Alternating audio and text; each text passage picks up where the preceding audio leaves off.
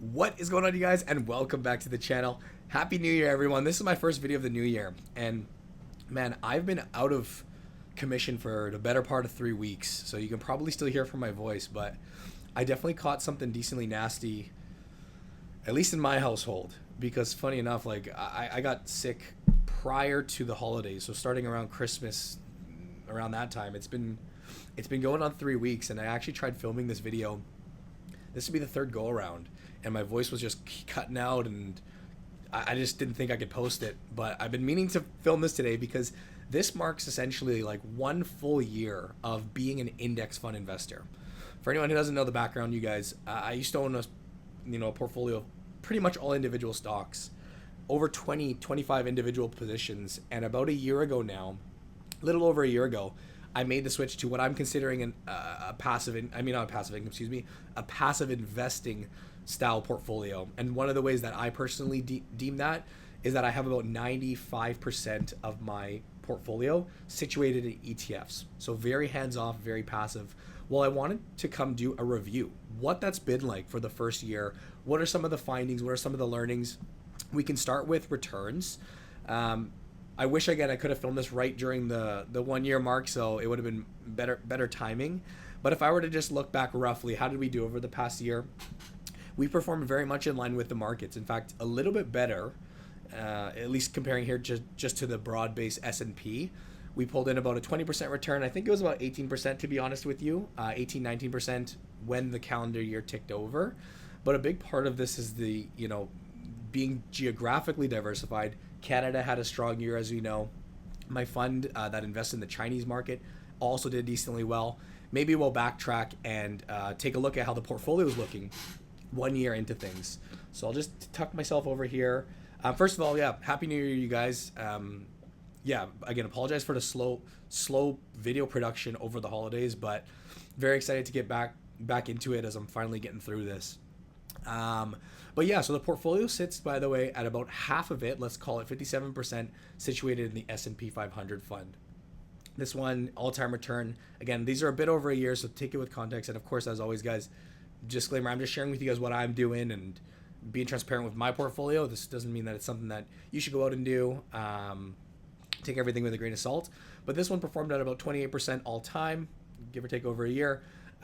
This is my ZEQT, my all equity ETF, meaning it invests in the US. So yes, I do have some additional US overlap, but I also get exposure to Canada. I also get exposure to the global markets. I have one fund here sitting at about 11%, which is a high exposure to the Chinese market, but this fund as well has done well, up 22%. My individual stock of choice happened to be Lockheed Martin. When I saw, I was looking for a company to add to my portfolio, this is one that I thought was in a fair valuation. It's done well. My loser, quote unquote loser, the one that is down in the portfolio right now, is Bitcoin. Now, as a quick update, when was this? Maybe 5 months ago, 6 months ago, I made the decision that I wanted to allocate on a consistent and regular basis, just put a little bit of money into Bitcoin. So I've been putting in on a DCA, or like a dollar cost averaging approach, where it's all automated. I'm putting in about $100 a week, whether the asset goes up or down. I actually heard a really fun,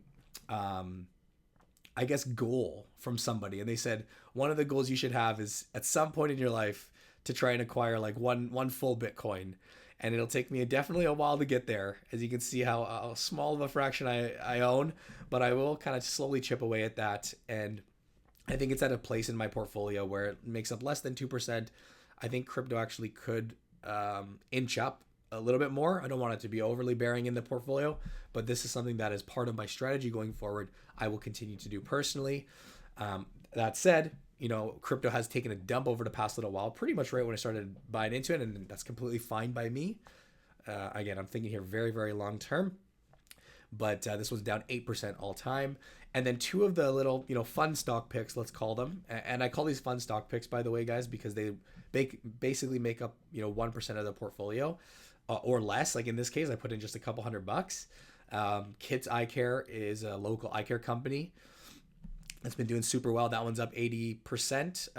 And then Super Copper is a small copper play. That one's very volatile, but that one's up 55%, 56%. So all in all, I mean, markets have done well. So I would expect to do well overall. It all came together to a portfolio return of about 20%. Now, I wanted to share with you, I guess, one of the big findings about that, or one of the things, at least, that crossed my mind now after doing this for 1 year. And I would assume you guys are in a very similar boat too, if you've either made this switch or, yeah, maybe you're just in this boat.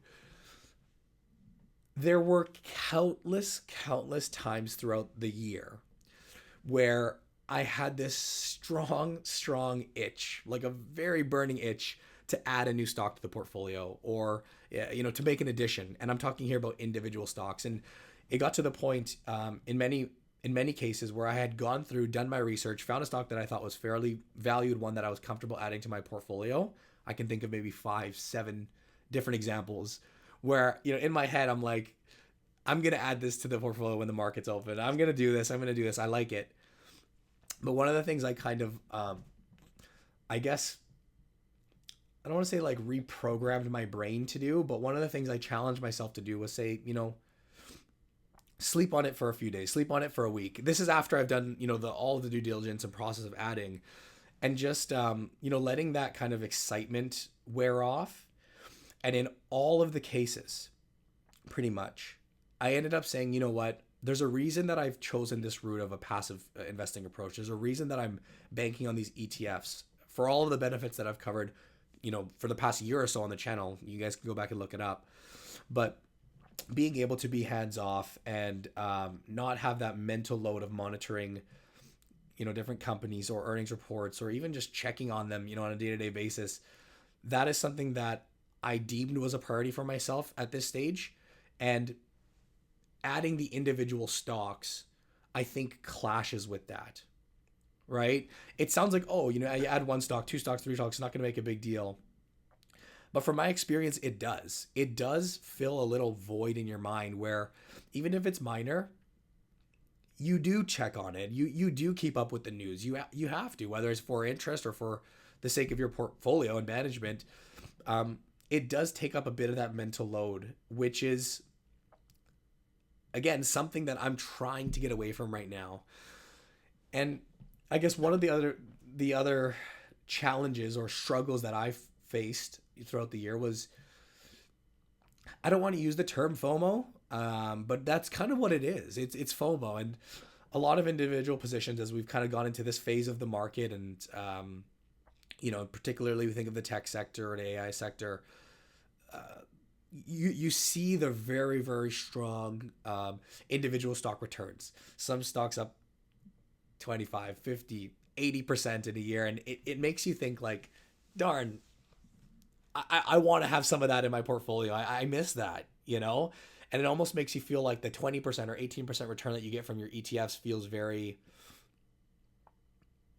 bad, if you will, when you're making that comparison. One question that I've been asking myself, and it actually surprisingly helps keep me grounded, was thinking back and said, if I were to have been investing in all individual stocks over the course of 2025, how would I have done? Knock on wood, I would have liked to think I would have done better than let me shrink this down, than the 20% return.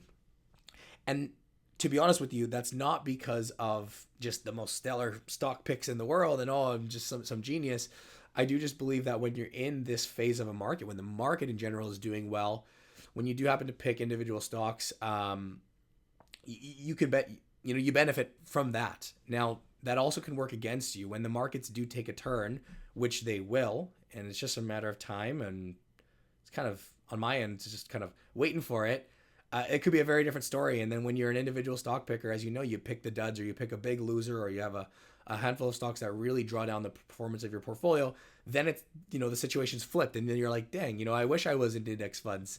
All that to say, like, that frame of mind is something that I think brings me peace, knowing that, yes, you are missing out on some returns during markets like these, but at the end of the day, there's a very clear reason why I've resorted to, having a portfolio of essentially all ETFs, right? I'm happy and I'm willing, and I have to accept the fact that I'm going to accept the market return. And the best part about it, I guess, is that you get this market return, a 20% growth year on your portfolio, without having to do much at all, without having to do the effort of researching and monitoring and really rebalancing. When you think about the stocks that I have, I don't even really need to rebalance them because the portfolio is already structured in such a way. That is, to me, where the value is of an approach like this, and it allows me to go out and spend the time with my family, or spend the time on work, or put my attention in areas where it may demand my attention a little bit more than looking at my portfolio all day. And I guess in wrapping up, this little segment on the review, again, guys, do your own research, but this is what's working for me for now, right? It by no means means, for anyone that is out picking stocks and, being a lot more active with it, that may be exactly what you're looking for. That may be exactly what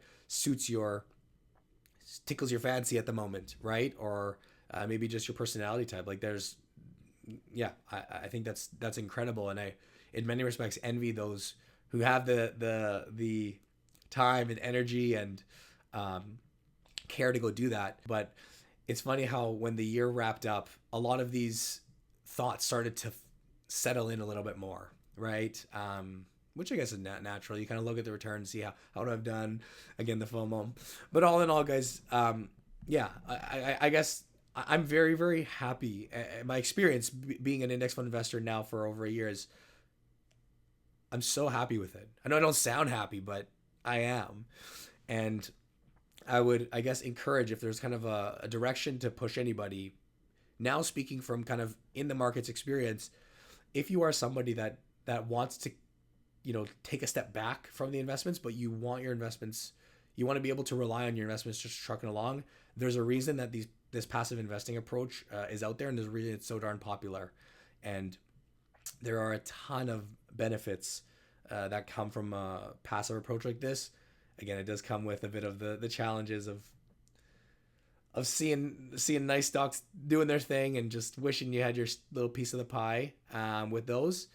But that's kind of my assessment of the 1 year review. As for 2026 plans, you guys, I plan to keep things really, really similar. Doing the same thing, not adding all too much. I guarantee you at some point throughout the year, I will be adding at least another stock or two. Again, funny, like we talk about this for however 10 minutes, whatever, I'm just rambling on, but I will. And I do know that for a fact. I'm happy to add the odd position here and there, but I guess the message for myself is just not to go overboard. And I don't even know if when I was talking about it earlier, I think I missed a critical part. I don't regret not adding any of the stocks, despite missing out on some good returns. Maybe I mentioned that, maybe I didn't, but I'm just thinking in my head now. I don't regret it, despite having those urges, because at the end of the day, like this is how I've strategically decided to structure things, and it's all going exactly according to plan.